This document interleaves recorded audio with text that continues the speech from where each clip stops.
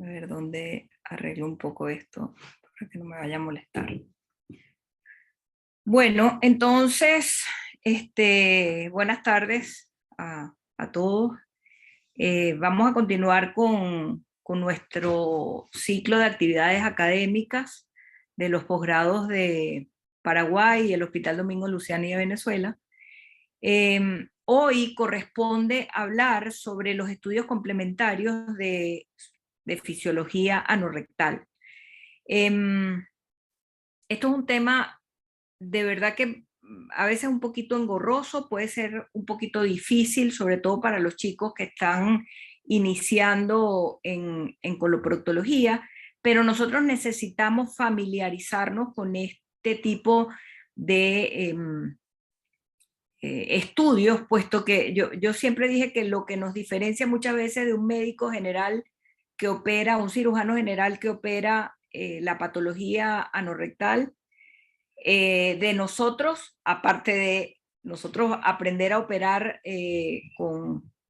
con cierta o con mayor finura, pues también está el hecho de conocer la parte de fisiología anorrectal. Entonces, bueno, vamos a iniciar y lo primero es que les voy a hablar de fisiología anorrectal.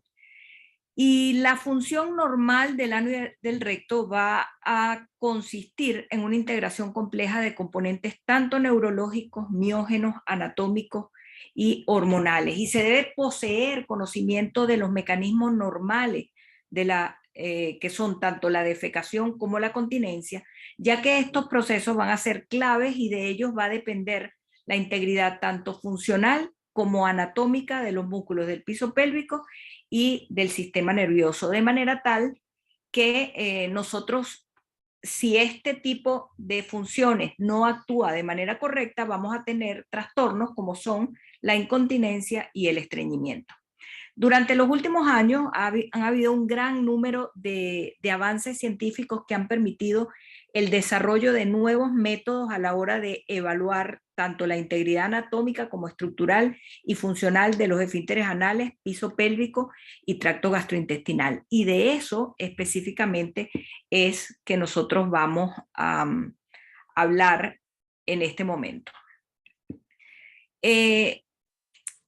Nosotros tenemos que tener presente que tenemos factores asociados a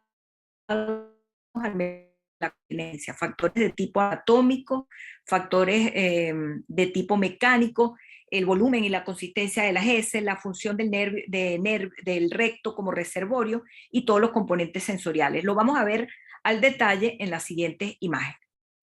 Dentro de los mecanismos de la continencia, nosotros tenemos en primer lugar los factores anatómicos, que incluyen tanto el esfínter externo como el esfínter interno en primera instancia, el esfínter interno produciendo aproximadamente el 50-85% de la presión de reposo del canal anal, y el esfínter externo, a pesar de lo que, sobre todo para los R1, a pesar de lo que pudiéramos pensar, el esfínter externo en reposo solo provoca un 10% de la continencia. El otro porcentaje lo dan los paquetes hemorroidales, que son aproximadamente un 15 a un 20% de la continencia.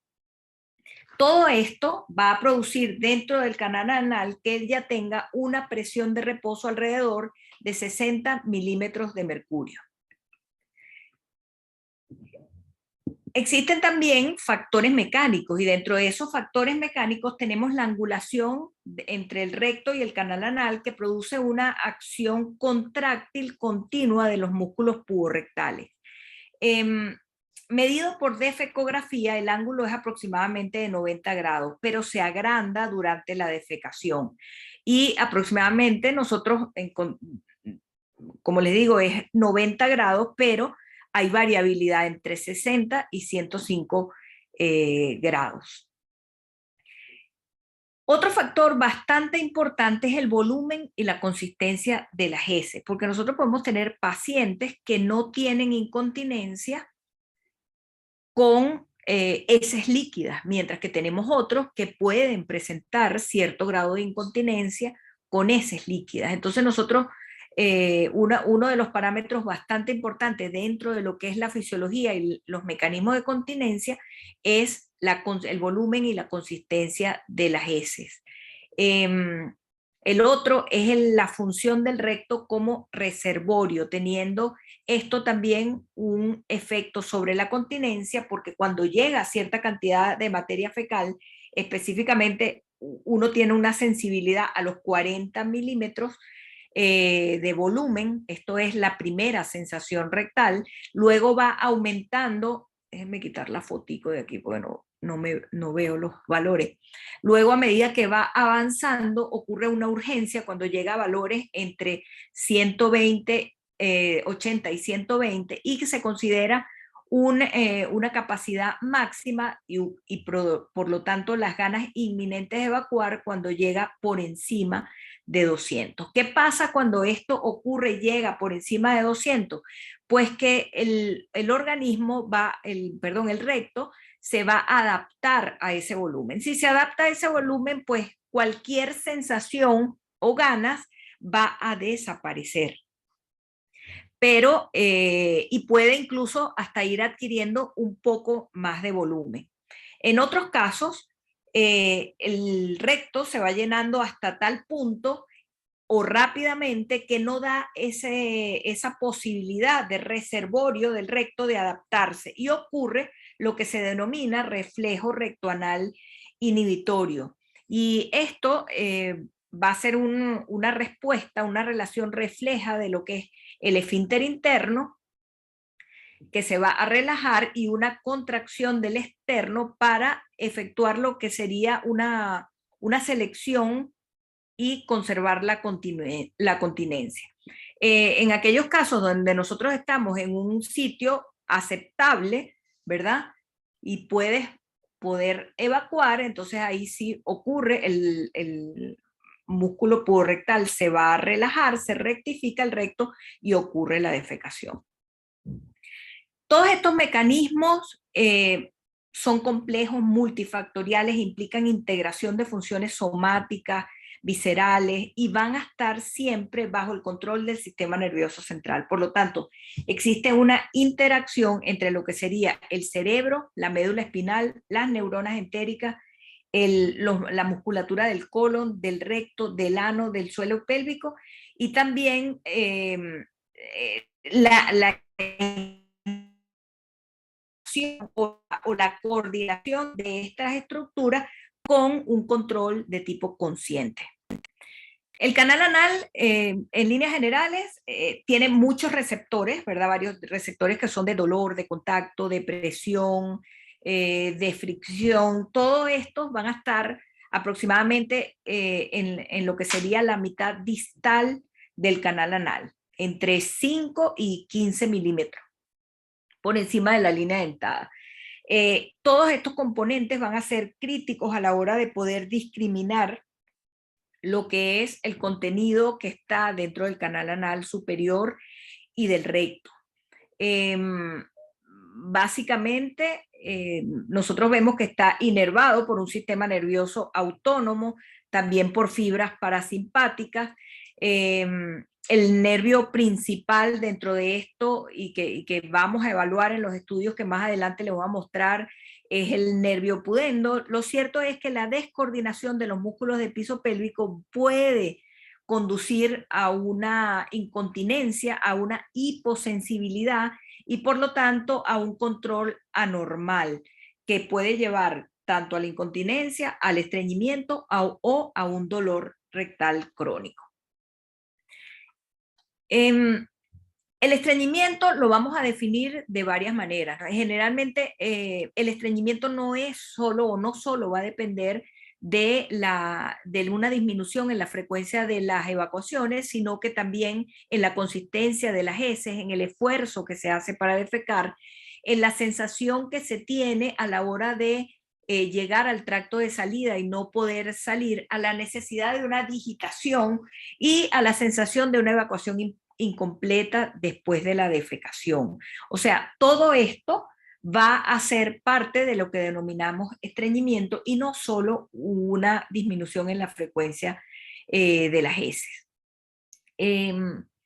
Nosotros tenemos varios, hay dos enfoques a la hora de clasificar lo que sería el estreñimiento. Uno es el hecho por la Sociedad de Gastroenterología, en donde los divide en tres tipos: estreñimiento de tránsito normal, estreñimiento de tránsito lento y disfunción del piso pélvico o trastornos defecatorios.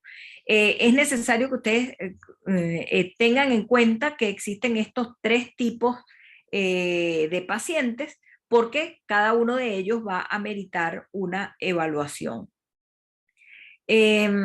Los trastornos defecatorios se definen por síntomas intestinales y pruebas anorrectales indicativas de alteración de la evaluación anorrectal. Así como les dije que había una manera de clasificarlos, que eran los criterios de la Sociedad Americana de Gastroenterología, ¿verdad? Y que se hacen como, esta clasificación se hace tanto por pruebas anorrectales como pruebas de tránsito colónico. Los estudios epidemiológicos, y lo tienen que tener en cuenta, y los ensayos farmacéuticos utilizan los criterios de Roma.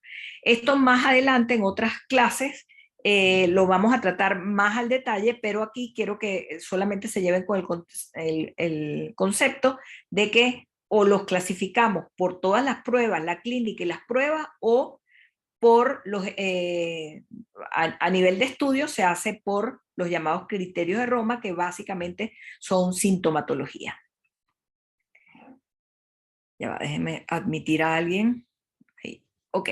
Los trastornos anorrectales y del piso pélvico son enfermedades relativamente prevalentes que van a afectar el 10 al 25% de la población.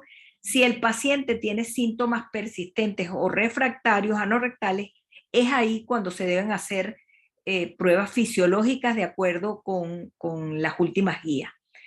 Cuando nos piden, hay una gran batería de exámenes que podemos solicitar, ¿verdad? Estudios de fisiología anorrectal, pero les digo que la manometría anorrectal y la prueba de test de expulsión del balón se denominan como el gold estándar en la mayoría de las disfunciones del piso pélvico. Por lo tanto, esta prueba es una de las donde más voy a hacer hincapié aquí, para que el residente más o menos se vaya con una idea acertada de qué es lo que buscamos y qué es lo que nosotros encontramos en estos casos.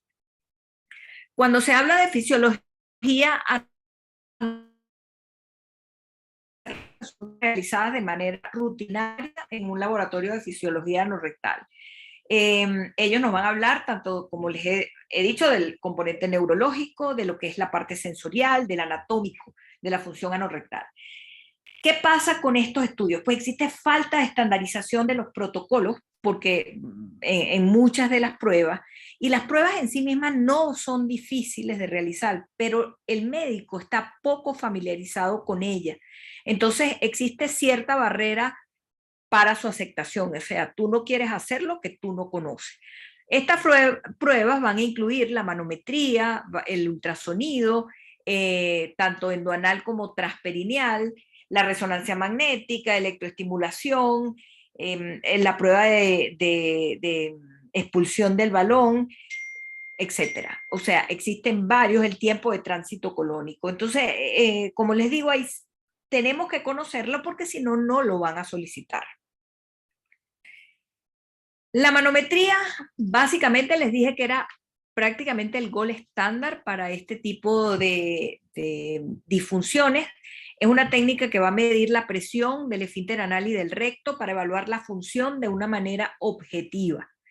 Es el primer estudio, se los dije, y hay diferentes equipos, diferentes marcas comerciales. Básicamente tres tipos de equipos: equipos de alta resolución, que es el Manoscan, que es esa foto que ven a la derecha; la manometría de alta definición, que es el SolarG; y la manometría convencional, que es la que tenemos la mayoría de los coloproctólogos, ¿no? Tiene, cada uno de estos tienen básicamente tres componentes. Esos tres componentes son un catéter sensorial, que puede ser axial o radial, un sistema de traducción que puede ser sólido, líquido o aire. El sólido, el único sólido que está en el mercado es ese del Manoscan, y el otro sólido, y los demás pueden ser de líquido o aire, y una computadora que va a tener el software y a través del cual pues se nos van a reflejar todo lo que nosotros tengamos en el estudio. Los catéteres, entre los de alta definición y el convencional, la ventaja es que lo podemos realizar en los estudios en un menor tiempo, tiene más número de catéteres, esto que va también a dar la posibilidad de generar imágenes en 3D en tiempo real. Pero ¿cuál es la ventaja? Básicamente el costo. Entonces, con una manometría anorrectal convencional, nosotros podemos obtener los mismos valores que un equipo de alta definición. Existen todo lo que ven en esta tabla que tenemos aquí a la izquierda: la presión, la contracción voluntaria, reflejo de la tos, maniobra defecatoria, reflejo rectonal inhibitorio, sensibilidad rectal, distensibilidad y la prueba de expulsión de balón. Son los parámetros que nosotros evaluamos a la hora de hacer la manometría. Es necesario, evidentemente no se los van a saber todo, posiblemente no todo el tiempo sepan interpretar una manometría no rectal, pero hay ciertos valores que sí es importante que ustedes conozcan. La presión rectal, los valores de la presión de reposo. Entre 40 y 70 se consideran normales. Por debajo de 40 es totalmente anormal. Sin embargo, los valores superiores pueden ser un rango bastante amplio y no significar ninguna patología. Incluso un paciente que tiene una fisura anal, que debería tener una presión de reposo aumentada, y es por eso que hacemos una esfinterotomía, no siempre tiene valores aumentados. Otras veces tenemos pacientes con valores superiores a 100, 150, 200, y el paciente no presenta fisura anal ni tiene hipertonía sintomática. Entonces, el valor de la presión anorrectal es bastante amplio. Otro aspecto es la presión de contracción. La presión de contracción básicamente es el doble o el triple de la presión de reposo del canal anal. Valores para la mujer de 100 y para el hombre de 228, pero esto puede variar. Dos valores que ya necesito que ustedes se los vayan memorizando. El otro es saber si el paciente tiene o no un reflejo rectoanal inhibitorio. Cuando se coloca entre 10 y 30 cc de manera repentina, pues tiene que haber una respuesta a esta llegada de materia fecal, en este caso sería el balón, de materia fecal al canal anal, sin haber pasado por ese proceso de acomodación. Eso es lo que es el reflejo rectoanal inhibitorio, y está ausente en algunas patologías, como por ejemplo el Hirschsprung. El otro, ya va, que cuando me entra gente se me borra la pantalla, que se me ponen todas las personas ahí. Bueno, la capacidad rectal es variable, solamente para que lo tengan, la capacidad rectal, y perdón que hay un error ahí, no es capacidad rectal en los segundos, sino compliance. La compliance se saca de la relación que hay en el volumen inicial al volumen máximo tolerable entre la diferencia de presiones. Generalmente va entre 2 y 6, incluso un poco por encima. Entonces, estos son los valores que necesito que sepan: presión de reposo, presión de contracción, reflejo rectoanal inhibitorio. Eso es básicamente lo importante. La capacidad rectal muchas veces es importante en aquellos pacientes que pasan durante muchísimo tiempo con una colostomía, donde tienes un recto desfuncionalizado. Posiblemente su capacidad rectal, si le hacen una manometría, va a estar reducida. Posiblemente esos pacientes van a tener urgencia defecatoria en el postoperatorio, ¿verdad? Y si su esfínter no es totalmente continente, pudieran incluso llegar a tener incontinencia marcada. Con un poco de ejercicio esto puede cambiar. Son pacientes que en algunos casos pues es necesario pues estudiarlo. Existen muchas indicaciones para la manometría anorrectal, como las que mencionamos en esta tabla número 2. Incontinencia, estreñimiento, valoración de la función del dolor anorrectal, lesiones obstétricas, megacolon, Hirschsprung, valoraciones preoperatorias, sobre todo de cirugía rectal, de cirugía anal, y en algunos casos donde hay tengamos que hacer más adelante alguna terapia previa. Básicamente nosotros tenemos que identificar en estos pacientes la cuantificación y el deterioro de esa función del esfínter anal. También tenemos que saber cómo está su sensibilidad rectal. Tenemos que evaluar cuáles son los síntomas de estreñimiento, cuáles son las anomalías que estos pacientes tienen, si está bien coordinado, evaluar si hay o no hay dolor, la tonicidad, etcétera, todo eso que le hemos hablado.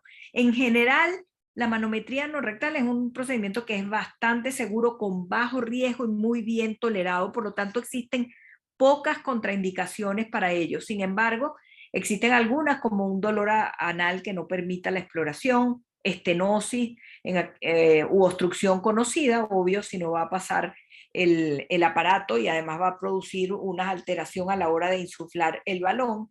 En cirugías anorrectales recientes, cuando hay inadecuada preparación, ¿no? Más que preparación intestinal, es solo el recto. Todos estos estudios van a necesitar es la colocación de un enema 2 horas antes de la realización del estudio, de manera tal de vaciar el recto.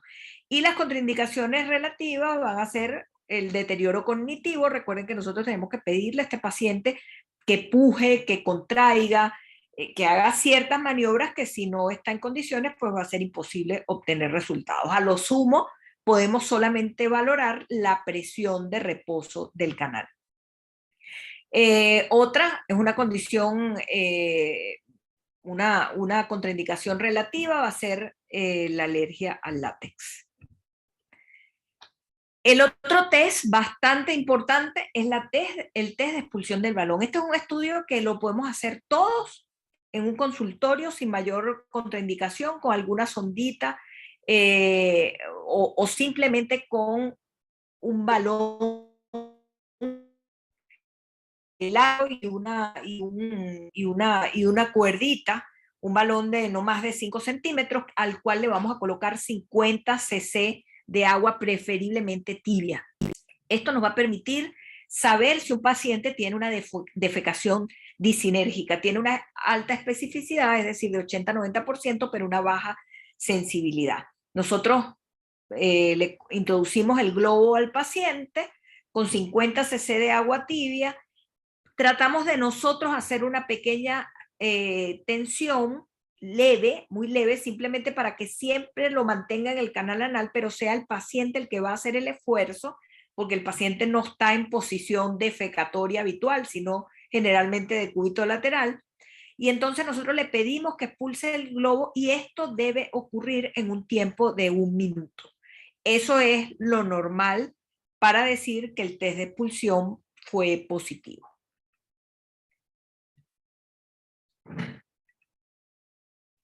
Este es un estudio que resume un consenso de un grupo de trabajo internacional de fisiología anorrectal, junto con lo que es la clasificación de Londres de los trastornos anorrectales, y para lo que sirve, y por eso se los traigo, solo para que tengan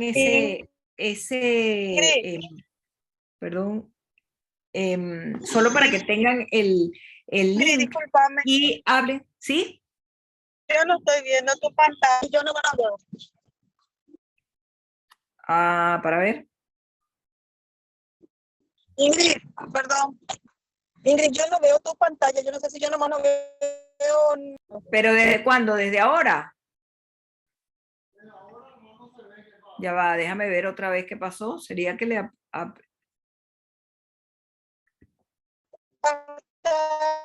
cuando Ahora, Veo perfectamente tu pantalla.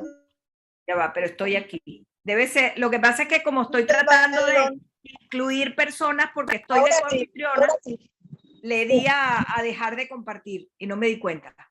No, no te preocupes, yo estoy emitiendo todo en email. Ok. Esta fue la última imagen que vieron, ¿verdad? Esta fue la última. Sí. Ok. Entonces le decía que este es un artículo de un consenso de un grupo de trabajo en Londres que es bastante interesante porque nos brinda una orientación sobre cuáles son las indicaciones, el equipo, el protocolo, las definiciones de medición, interpretación, resultados de la manometría, de la prueba sensorial y de la prueba de expulsión del balón. Entonces, para todos, pues si lo leen, aquí nos es de verdad bien didáctico y les recomiendo que lo lean. Es simplemente, se los traje para mostrarles como un artículo de revisión bastante interesante. El otro procedimiento que debo mencionarle es el ultrasonido anorrectal. Es un procedimiento bien tolerado que aporta datos al médico con respecto a la integridad del esfínter anal, tanto interno como externo, el cubo rectal. No amerita ningún tipo de preparación. Va a representar el procedimiento de elección cuando estamos investigando una incontinencia fecal, porque debemos saber si el esfínter está o no totalmente indemne. Existen dos marcas comerciales, o sea, las traigo las dos porque son las únicas dos equipos anorrectales en el mercado. Este que vemos a la izquierda es el BK, es un equipo de verdad bastante costoso, mientras que este es un poquito menos costoso, el de Prometheus. ¿Cuál es la ventaja de uno sobre otro? Si bien nosotros con ambos podemos ver la integridad de los esfínteres, este lo utilizamos, el Prometheus lo vemos solo en 2D, mientras que este es un equipo en 3D que nos genera un cubo de 6 centímetros que podemos analizar en tiempo real todas las veces que sea necesario. Aquí les traigo un casito solo para que vean cómo se modifica. Esto es el esfínter externo, lo oscuro es el interno. Esto que ven aquí es una fístula, ¿verdad?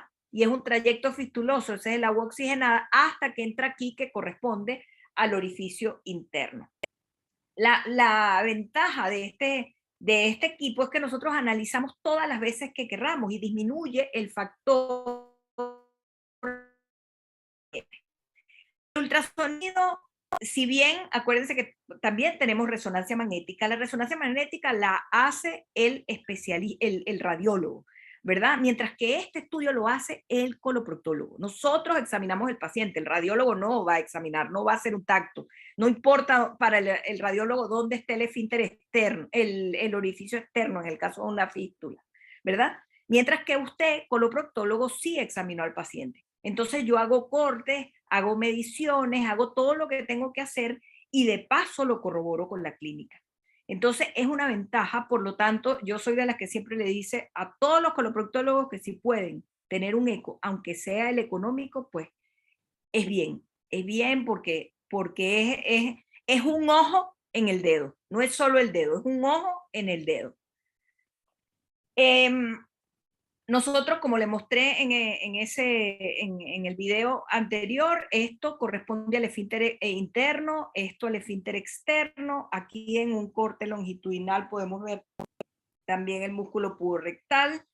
Esto, aquí el esfínter externo en diferentes planos, ¿no?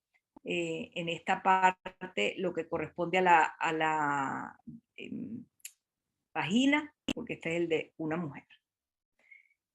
¿Cuáles son las indicaciones? Bueno, evaluación de patologías de tipo anatómico, patología del esfínter, rectocele, colporrectocele, intussusección, enterocele, histerocele, cistocele, asimetría de las estructuras del suelo pélvico luego del parto, sobre todo, en algunos casos de postoperatorio cuando se han usado mallas para reparaciones anales, y también en diagnóstico de patología de origen funcional, como es el anismo, y algunas que son ya más de utilidad para el urólogo, como es posición y movilidad del cuello de la vejiga y la longitud y movimiento del cuello de la uretra. Este estudio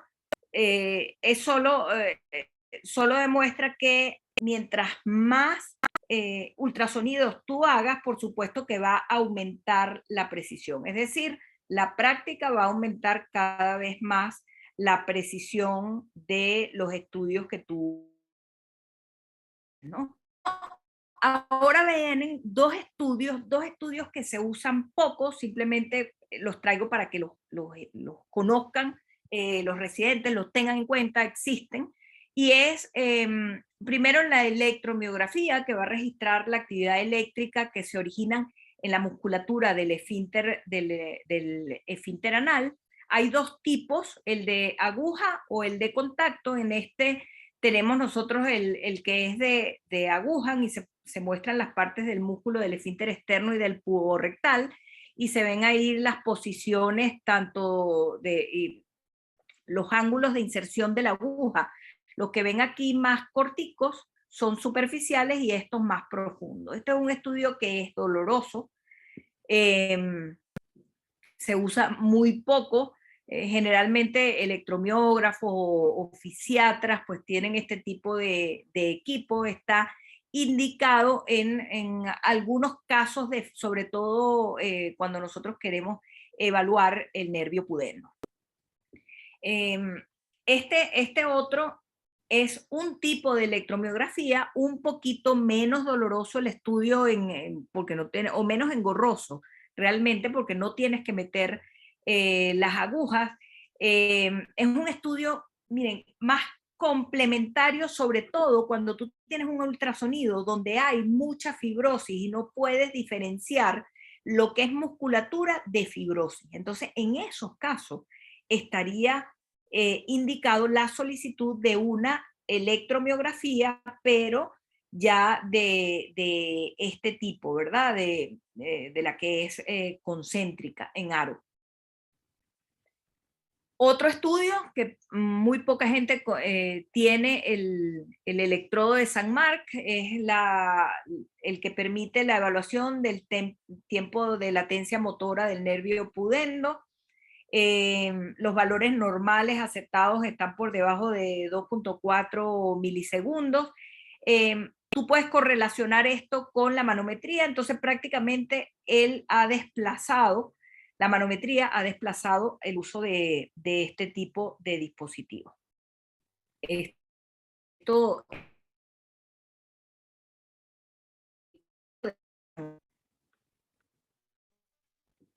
Este es otro estudio que sí es importante, sí tiene bastante utilidad y uso, y lo solicitamos. Hay muchas maneras de realizarlo. Es un estudio radiológico que muestra la dinámica del vaciamiento rectal. Es de rutina en desórdenes funcionales del piso pélvico y la defecación.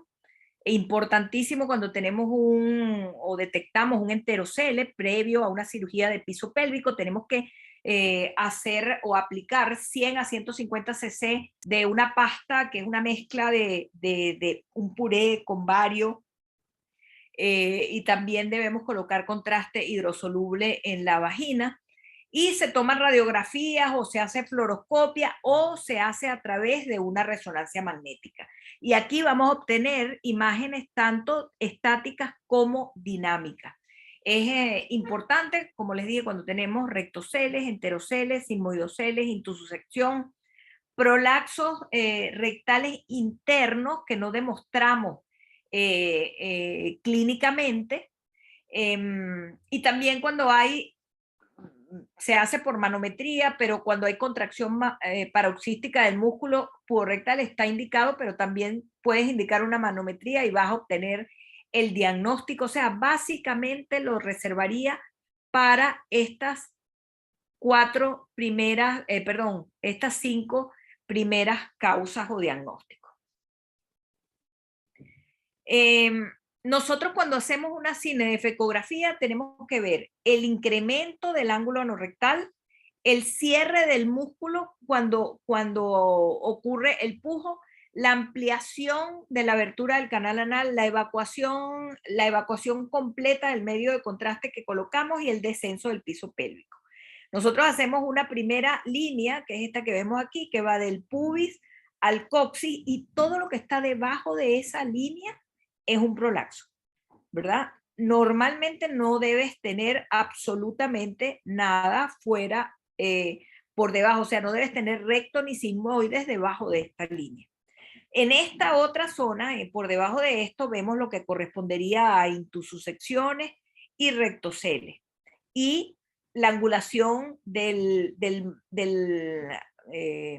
ángulo anorrectal, que generalmente no se abre durante el esfuerzo evacuatorio. Esos son los parámetros que evaluamos en este caso. Hay otro estudio con el eco, que es, no lo hacen todos, necesitas el eco 3D, y es la ecodefecografía. Nosotros colocamos 300 cc de gel,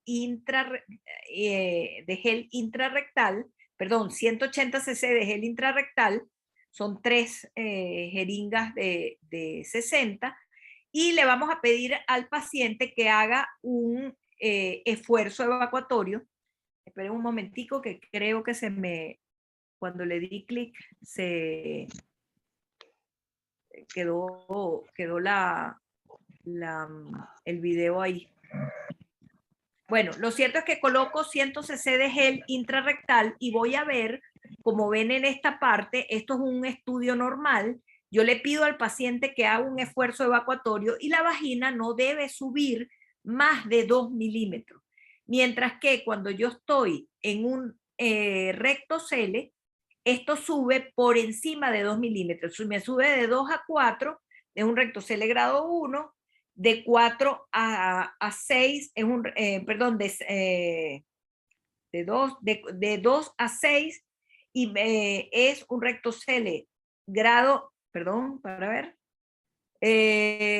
hasta 2 es normal, de 2 a 4 es rectocele grado 1, de 4 a 6 es un rectocele grado 2, y más de 6 es un rectocele grado 3. Vean aquí cómo yo puedo al paciente también saber si hay un anismo. Le pido que puje y el ángulo debe abrirse, ¿verdad? Esto es lo normal. Mientras que si un paciente tiene anismo, este ángulo se me cierra. Por lo tanto, yo también puedo probar o diagnosticar una contracción paradójica del músculo puborectal con este estudio. Con el 3D, con el 2D también se puede hacer, pero la valoración es diferente. Sin embargo, este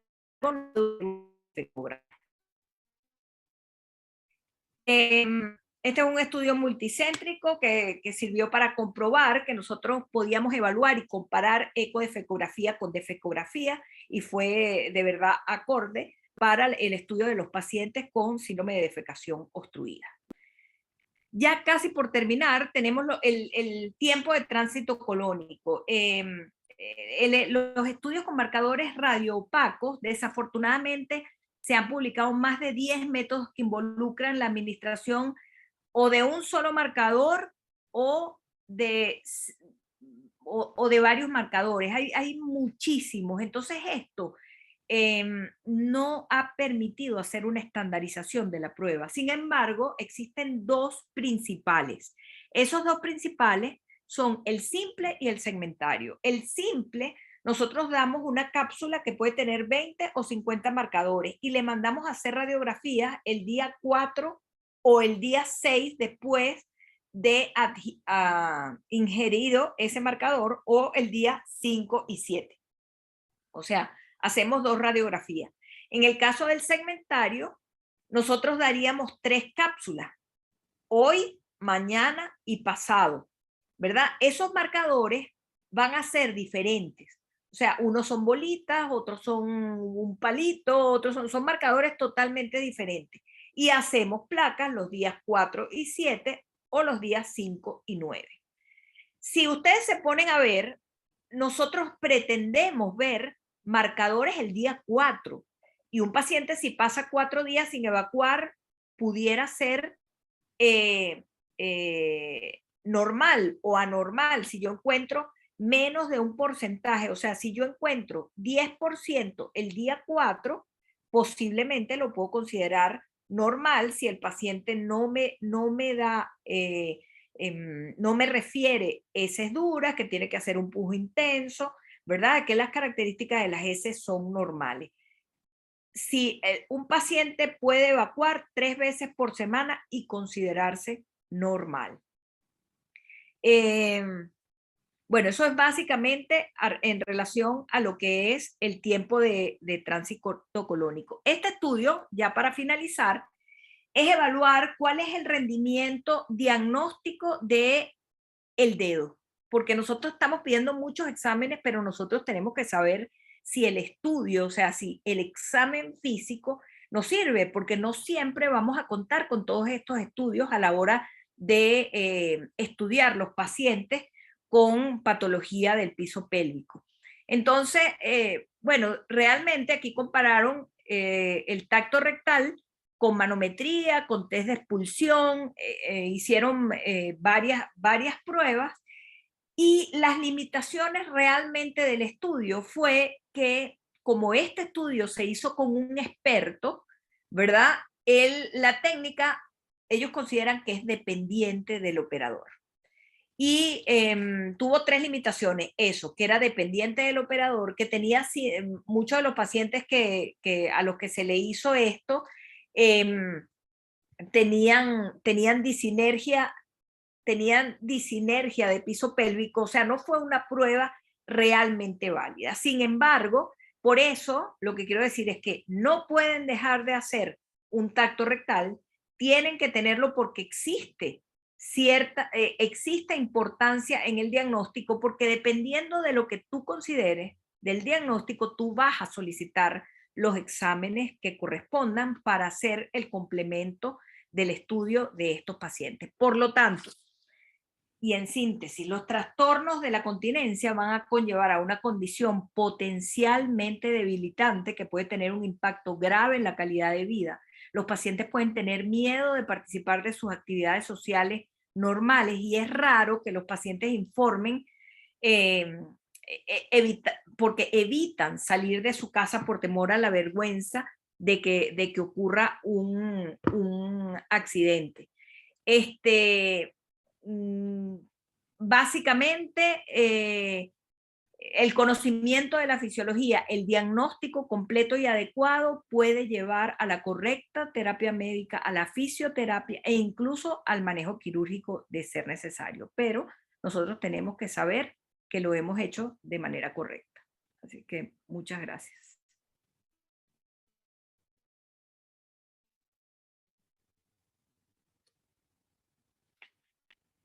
Dejé de compartir. Bueno. ¿Quién va a compartir ahora, Ingrid? Va a compartir Gabriel.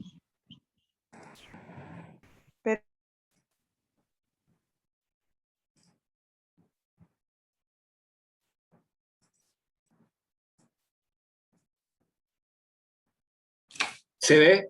Buenas tardes. ¿Se ve la presentación?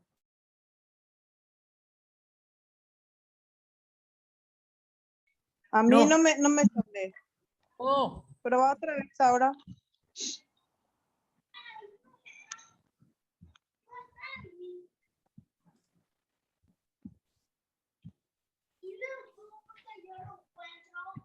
Ahora sí.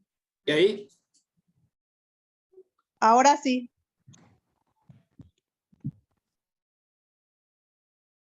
Bueno. Buenas tardes.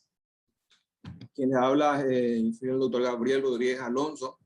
Y continuando con el tema del día de hoy, ¿verdad? De fisiología anorrectal y sus estudios complementarios, vamos a presentar el material que traemos para compartir con todo el equipo y el día de hoy. ¿Sí? Este es un trabajo que se ha realizado en una universidad pública de Turquía, la Universidad Cúcuta, por un grupo de cirujanos coloproctólogos, que titularon de la siguiente manera: la importancia de la fisiología anorrectal, pruebas en diagnósticos clínicos y su tratamiento. Para referir, este es un estudio que tiene en total 240 pacientes que han acudido en el periodo del 2015 al 2017. Es de tipo retrospectivo, en donde fueron evaluadas las fichas ya sea físicas o informáticas que presentaban en dicho centro. Lo agruparon en el grupo de pacientes en 3 grandes grupos. El primer grupo, aquellos pacientes que tienen síndrome de defecación obstruida. El segundo grupo, pacientes que están en un pre o perioperatorio que no hayan tenido incontinencia anal. Y el tercer grupo, pacientes que tienen como diagnóstico algún grado de incontinencia anal. Dentro de la sintomatología que refieren, principalmente ellos encontraron tenesmo rectal y algún grado de incontinencia, en donde ellos lo catalogaron de leve, aquellos pacientes que tenían una emisión involuntaria de gases, y grave, aquellos pacientes que en forma involuntaria emitían materia fecal de consistencia normal. La escala que se utilizó para poder realizar la historia clínica fue la escala de Wexner, y al examen físico se realizó el tacto rectal. Dicho tacto rectal fue realizado por 3 profesionales diferentes con experiencia. Vale decir que cada paciente fue evaluado en 3 ocasiones diferentes por 3 personas distintas. Los materiales fueron todos englobados en el software correspondiente para poder elaborar el estudio. Y en general presentaron una edad media de 43 años y una población femenina del 43.3%. En cuanto a su distribución por grupo, como hemos mencionado, ese primer grupo de defecación obstruida fue el 38 pacientes. Dentro del segundo grupo, que son en un perioperatorio, ya sea antes de la cirugía o después de la cirugía, sin diagnóstico de incontinencia anal, fue un total de 48 personas. Aquellos pacientes que tenían algún grado de incontinencia anal, ya sea neurológica, traumatológica o de otra etiología, conllevaron un total de 154 pacientes.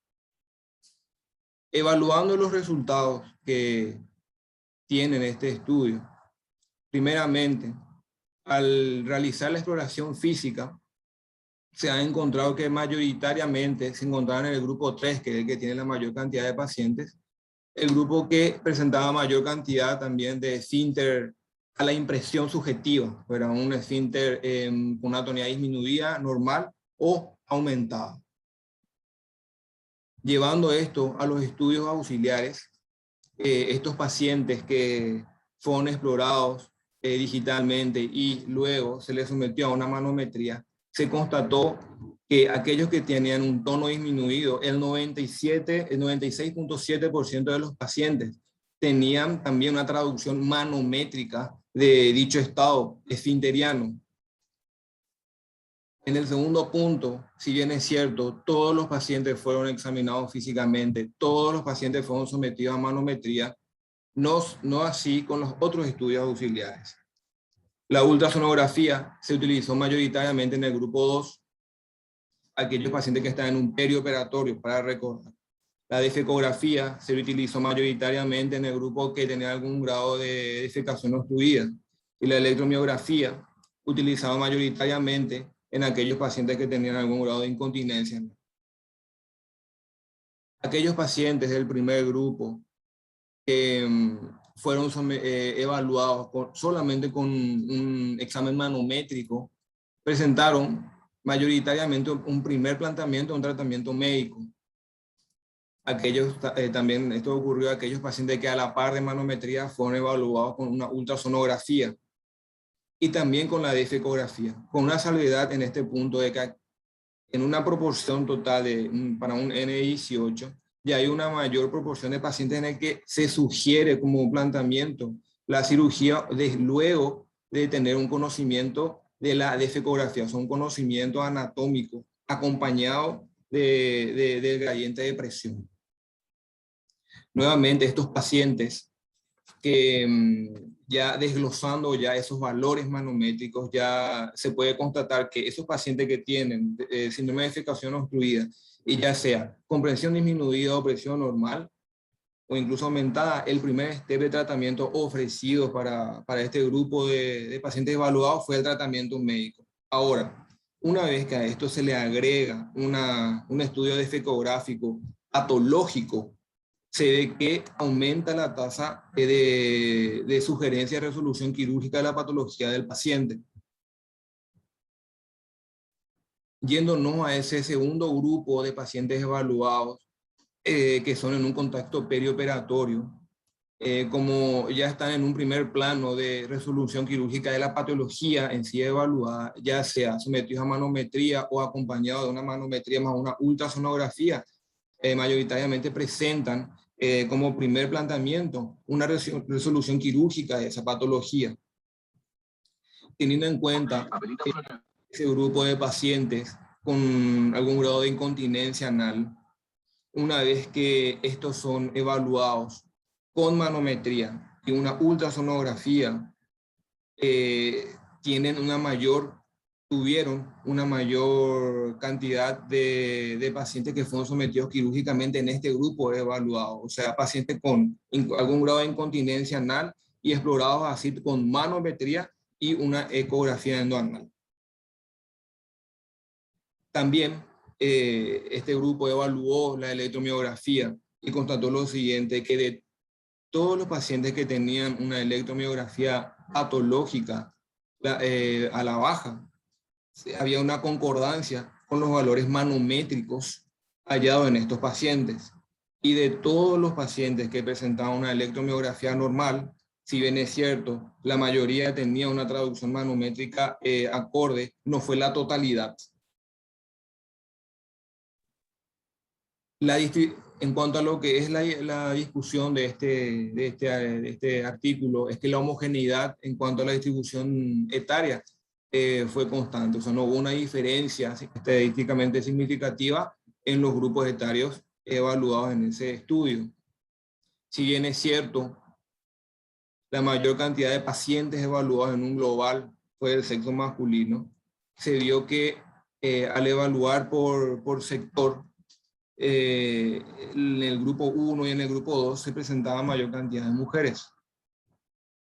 El tono esfinteriano como examen físico fue muy útil para el grupo 3, aquellos pacientes que tenían algún grado de incontinencia fecal. Así también la puntuación de Western fue significativamente mayor en este grupo de pacientes, en el grupo 3. La defecografía, teniendo una noción defecográfica, se vio mayormente beneficiada a aquellos pacientes del grupo 1, que fueron aquellos pacientes con síndrome de defecación obstruida en cuanto al planteamiento ya más hacia el gesto quirúrgico. Teniendo también así la electromiografía, se vio que en el grupo 3, que son pacientes que tienen algún grado de incontinencia, arrojó una mayor utilidad en cuanto al conocimiento o no, ¿verdad?, de esa transmisión nerviosa en dicha región. Y en cuanto a la ecografía endoanal, concluye que ellos pudieron encontrar el esfínter en todos los pacientes que fueron sometidos a una ecografía endoanal en el 80% de los casos, concluyendo que depende de la experiencia del colega que está realizando dicho estudio. Concluyen de la siguiente manera, que los estudios auxiliares que dentro del contexto de la fisiología anorrectal son sumamente útiles para poder traducir esas quejas subjetivas del paciente en algo objetivo y tangible. Y así también no existe una prueba única para evaluar al paciente, no existe una prueba única gold estándar que tengamos que realizar en todos nuestros pacientes. Sin embargo, tenemos un grupo de opciones en el almanaque de evaluación a nuestros pacientes. Agruparlas de la mejor manera es una tarea nuestra, ¿verdad? Y llegar así al correcto diagnóstico y ofrecer el mejor esquema de tratamiento a nuestros pacientes. Gracias.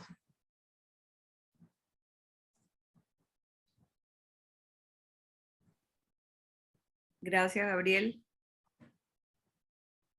¿Hay alguna pregunta hasta ahora? ¿Algún comentario? ¿Alguien que quiera hablar?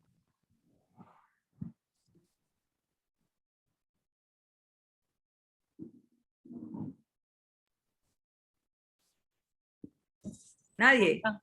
Cero preguntas. Levante la mano, querida. Dale. No veo las preguntas. Bueno. Dale. La mano. No, Veo la mano. La dale. verdad que pregunta no es. Ahí Estefanía también levantó la mano. Okay. Pregunta, la verdad que no. Sinceramente, la clase estuvo excelente, muy didáctica. Recalcar nomás que los estudios de complementarios no son individuales, o sea, son así como le llaman, de estudios complementarios. Probablemente uno necesita de otro. Aclarar que la manometría no diagnostica lesiones esfintéricas, puede suponer o puede establecer una correlatividad con lesiones esfintéricas.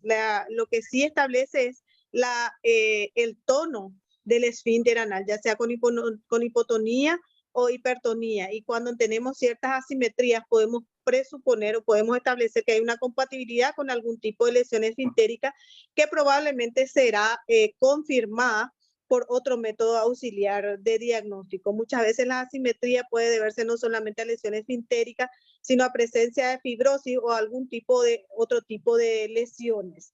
¿Qué significa asimetría? Cuando las presiones varían en los diferentes puntos de la circunferencia anal. Entonces ahí podemos hablar de una asimetría y quizás en un punto encontremos una presión mucho más disminuida que en otros puntos, entonces presuponemos que ahí podría establecerse una lesión anal o quizás la presencia de alguna fibrosis, tipo la fibrosis post lesiones obstétricas, por ejemplo. En lo que respecta a la continencia y la incontinencia en la compliance, tenemos que tener en cuenta que muchas veces un ano muy complaciente podemos tener una evacuación por rebosamiento. Y como dijo la doctora Ingrid, aclarar que la consistencia en la materia fecal en la continencia es sumamente importante, porque podemos tener pacientes continentes con una materia fecal normal o pastosa y sin embargo incontinentes en pacientes con cuadros de deposiciones diarreicas o quizás una materia fecal un poco más, menos sólida. Y que era otra cosita que iba a aclarar, que la escala que nosotros usamos generalmente la de Wessner, que tendríamos que saber todo, sobre todo los residentes, manejar esa escala o tener por lo menos a mano al fin, a modo de conocer. Y que el tacto es sumamente importante, no suple los estudios funcionales, pero sí es lo que nos indica qué tipo de estudios vamos a pedir, porque como ya se explicó, no podemos pedir todos. Debemos seleccionar qué vamos a pedir o cuáles se van a complementar necesariamente. Y el examen físico es lo que nos da a presuponer cuál es el estudio que en ese momento presupone una mayor importancia, una manometría, una ecografía, y que todos estos estudios son mucho más sensibles cuanto más experiencia tiene el operador. Y lo importante es que sean realizados por coloproctólogos. Es lo que yo no sé si algo Genial, más. genial. Es importante lo que dijo Luz con respecto a cuando uno hace la interpretación de los estudios. A veces uno hace un diagnóstico preciso y otras veces pone la palabra sugestivo, ¿verdad? Y es importante lo que ella dijo. Si ella pone sugestivo de lesión tal, bueno, tengo que complementarlo con algo, ¿verdad? O compatible con. O compatible con. O compatible con. Es importante eso. Ahora, vieron que yo empecé diciéndoles que en este tipo de trastornos lo importante, uno de los principales estudios es la manometría. Prácticamente, la manometría es obligatoria. Ahora, yo tengo un paciente con incontinencia, sin ningún tipo de antecedente quirúrgico y sin ningún tipo de parto, no ha tenido parto, perdón. Ni cirugías abajo, absolutamente nada.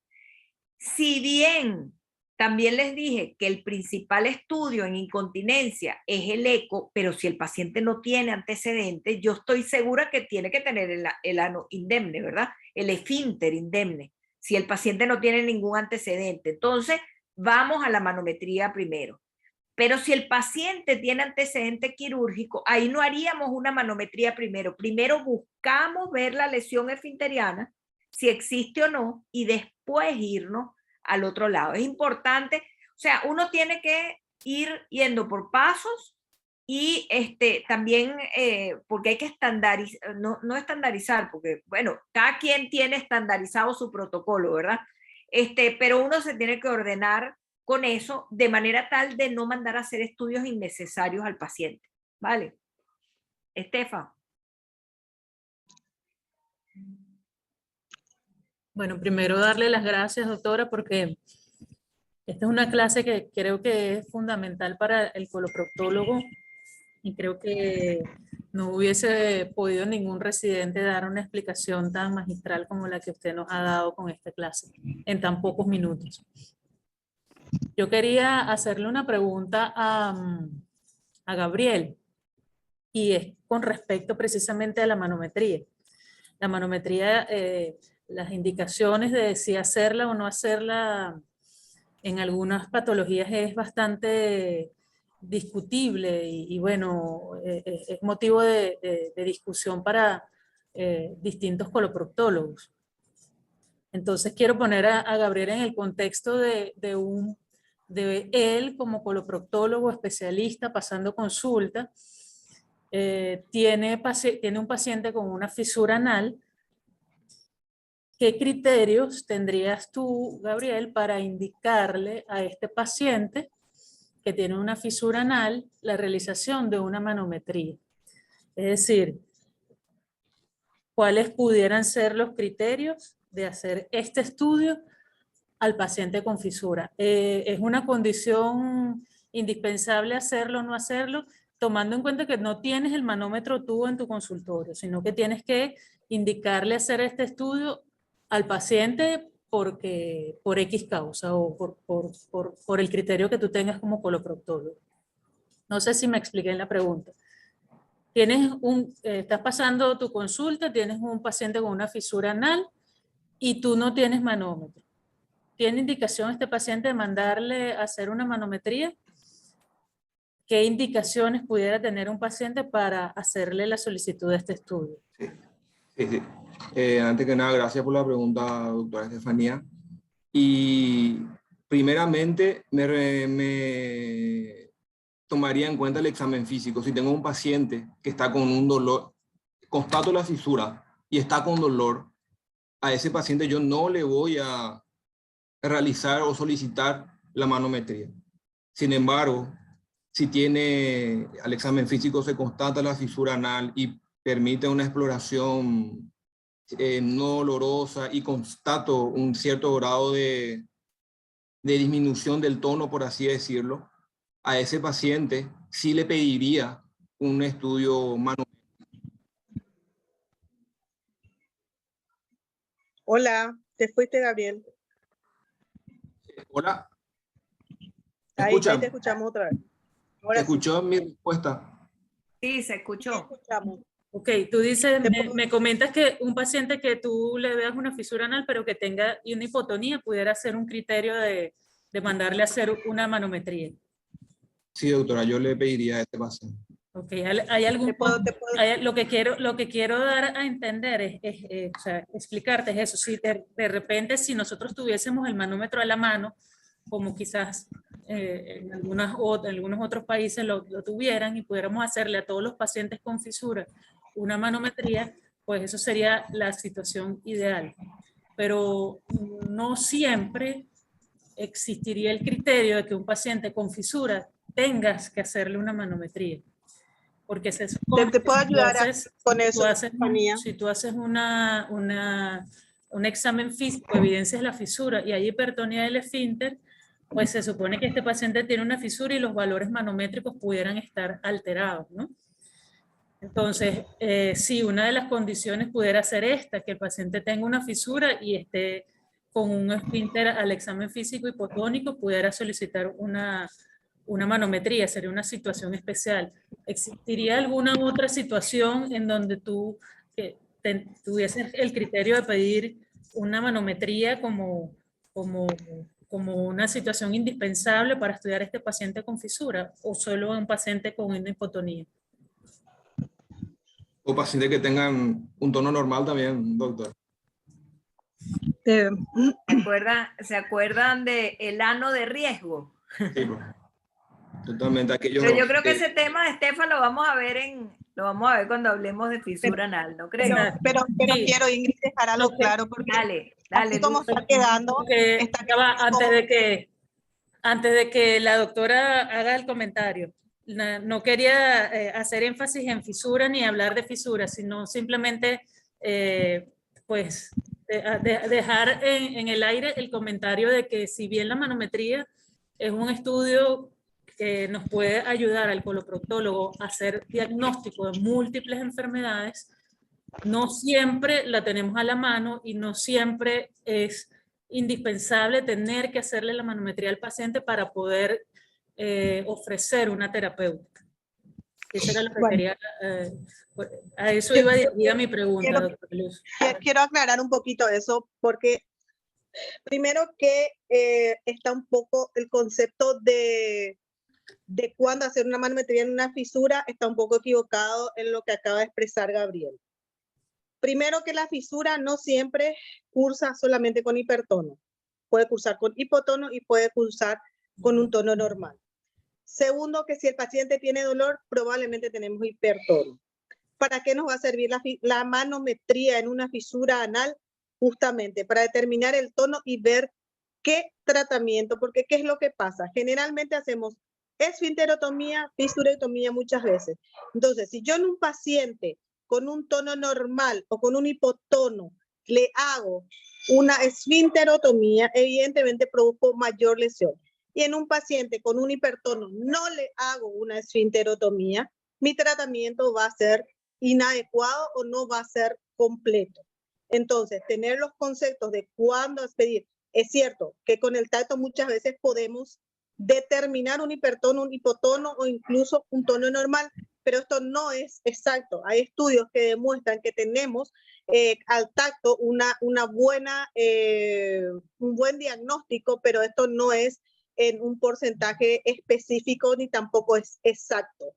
Entonces, cuando es más importante pedir, incluso cuando tenemos un dolor esfintérico, que el paciente va a tolerar una manometría porque la sonda es sumamente pequeña y no causa daño y no produce dolor, que cuando tenemos un hipotono, porque si vos sentís al tacto y te impresiona hipotónico, evidentemente ya no le vas a hacer una esfinterotomía. Cambio, un paciente con dolor puede incluso tener una presión normal. Lo más probable es que tenga hipertono, ¿verdad? Entonces, de ahí es la utilidad. Si no tenemos al alcance, lógicamente usamos lo que tenemos al alcance. Pero la indicación precisa de una fisura es justamente si sospechamos de un hipertono o un tono normal, donde nos cuesta definir eso.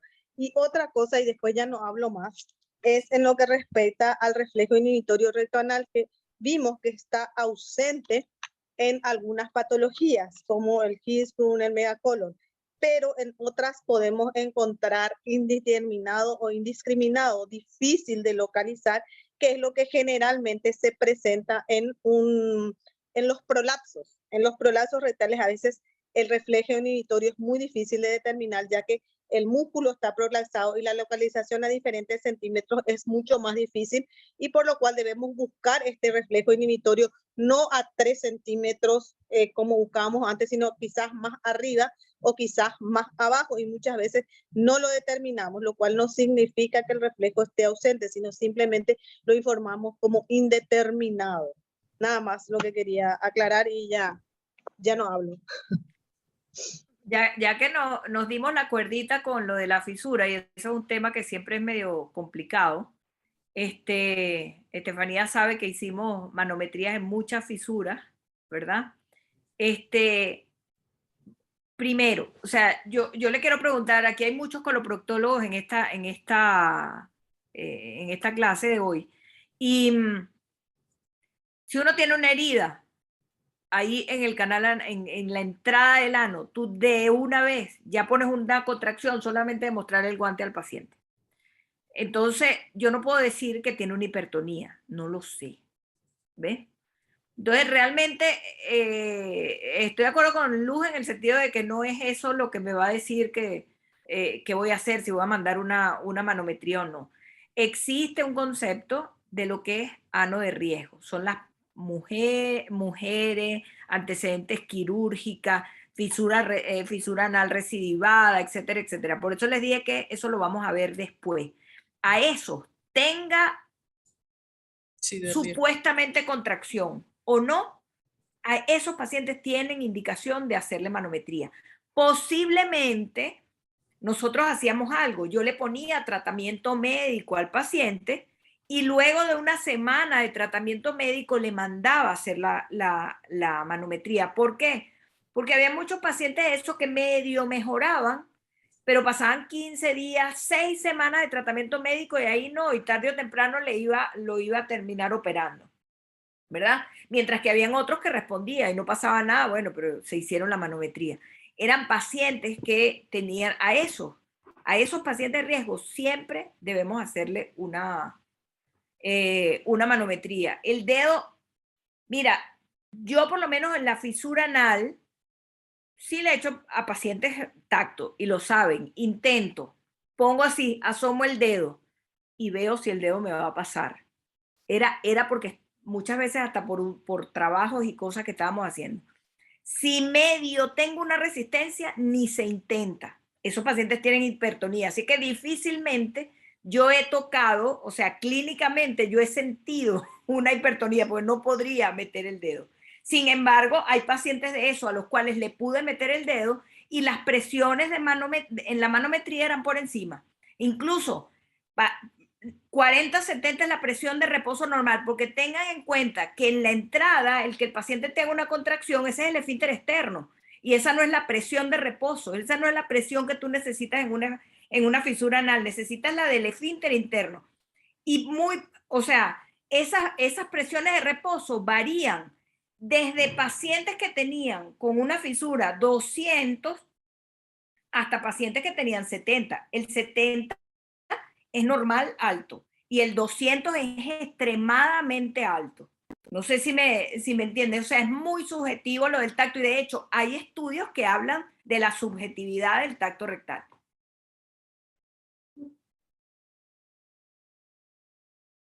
¿Quién? Christopher tiene la mano levantada. Hola, buenas. Bueno, yo quería hacer una pregunta medio tonta, pero simple, sobre todo porque estamos los jóvenes y están los residentes.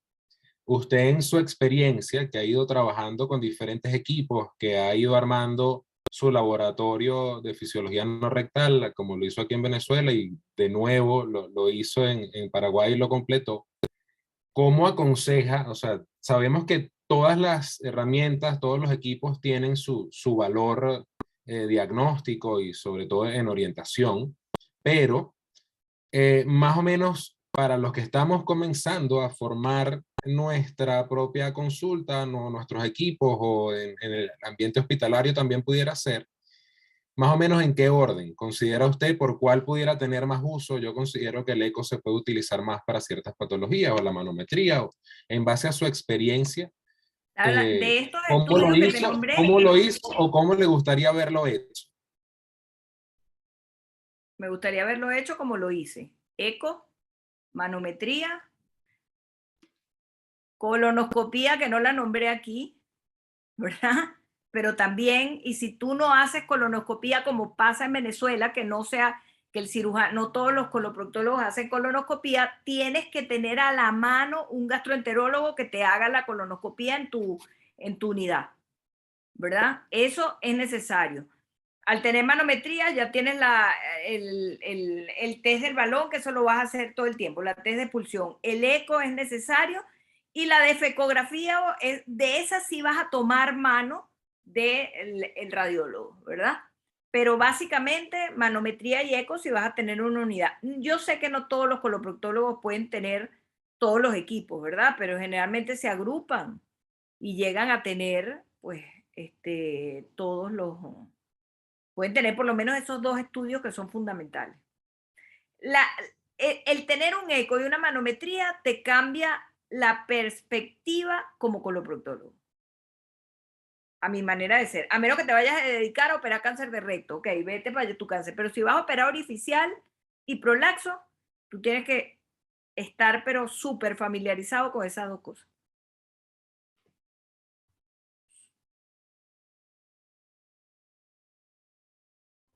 ¿Quién más? Yo creo que ya estamos casi que en tiempo. Tenemos 1 hora y 20. ¿Alguien más quiere hablar?